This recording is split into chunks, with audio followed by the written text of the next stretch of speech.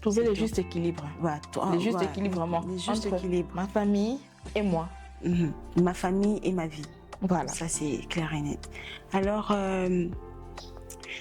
parlons un peu de ceux qui critiquent l'éducation scolaire comme quoi on ne devient pas riche parce qu'on étudie.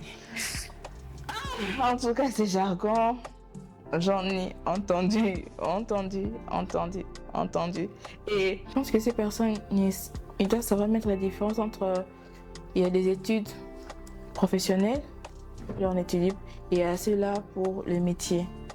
Il y a certaines études, désolé, si tu n'es pas passé par les bancs de l'école, tu ne sers à rien, ça ne va rien servir.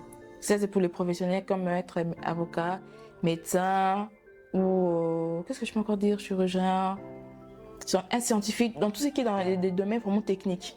Quand tu n'as pas étudié, ça ne sert à rien. Mais maintenant, il y a les domaines de la création.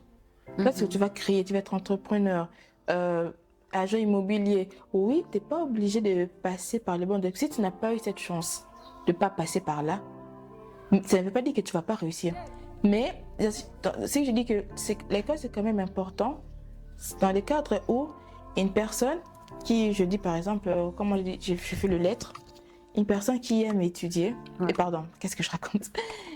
Je suis peut-être là, j'écris, et du coup, supposons que une équipe, c'est un peu notre Harvard. Ah ouais. Imaginons ça.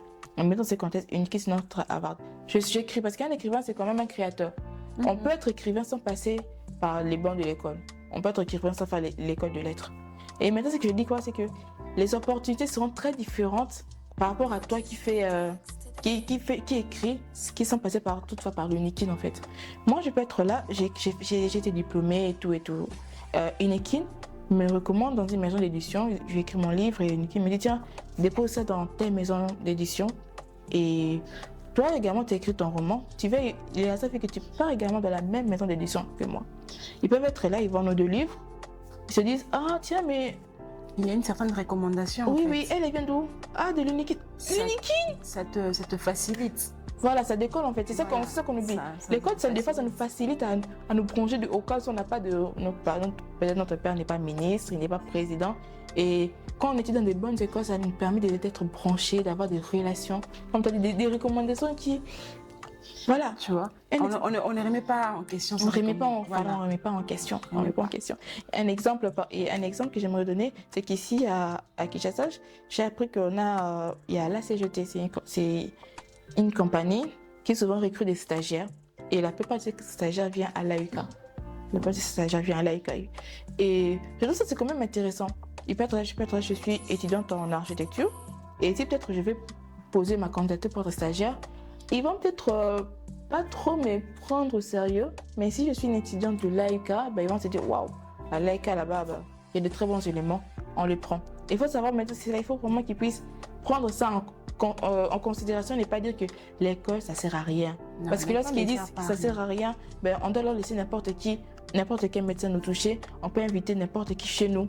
On peut aussi prendre n'importe quel avocat, imagine déjà. Voilà. Pour ça, il faut avoir des arguments pour être avocat. Oui, beaucoup d'arguments.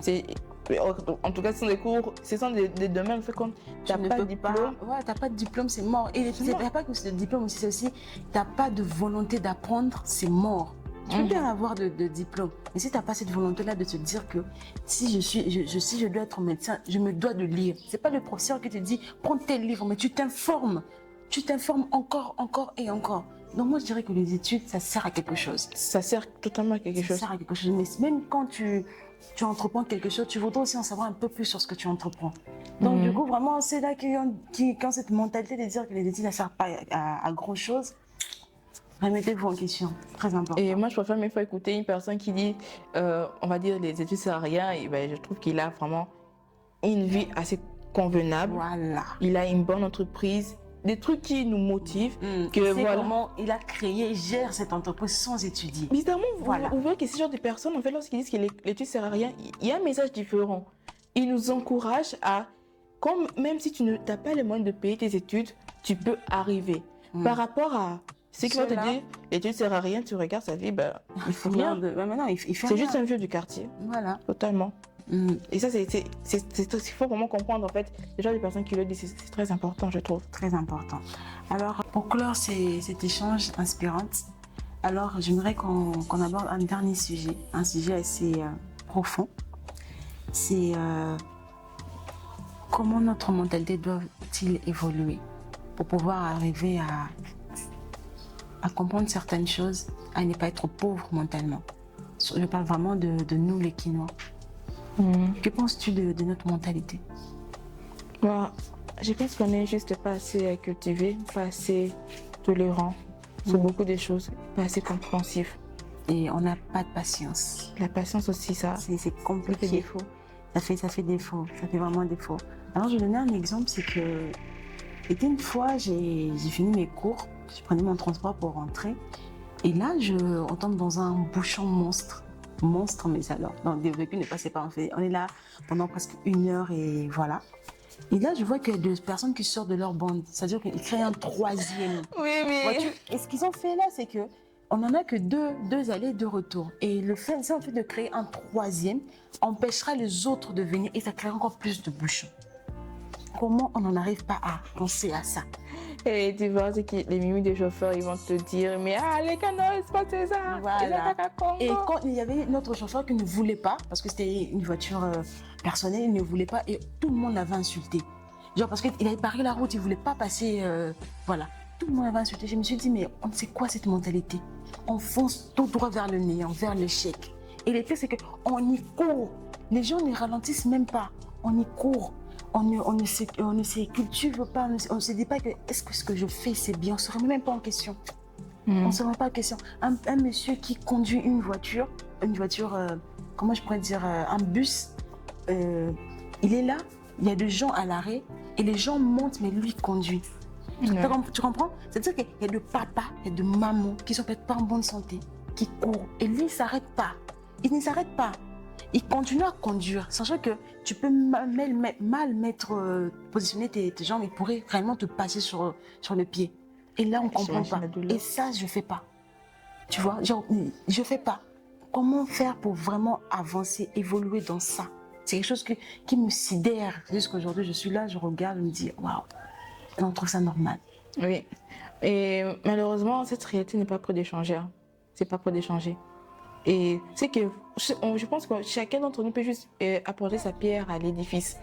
On ne pourra pas le crier sur tout le toit, mais si chacun d'entre nous se dit que je serai tolérant envers ça, plus compréhensif, j'aurai de la patience, ben, on pourra quand même marquer une différence. Toi, comme tu as dit, comme tu es là, toi tu ne cours pas et si peut-être voilà, il y a 3 bus qui passent, tu es là, tu dis que non, moi je ne vais pas courir.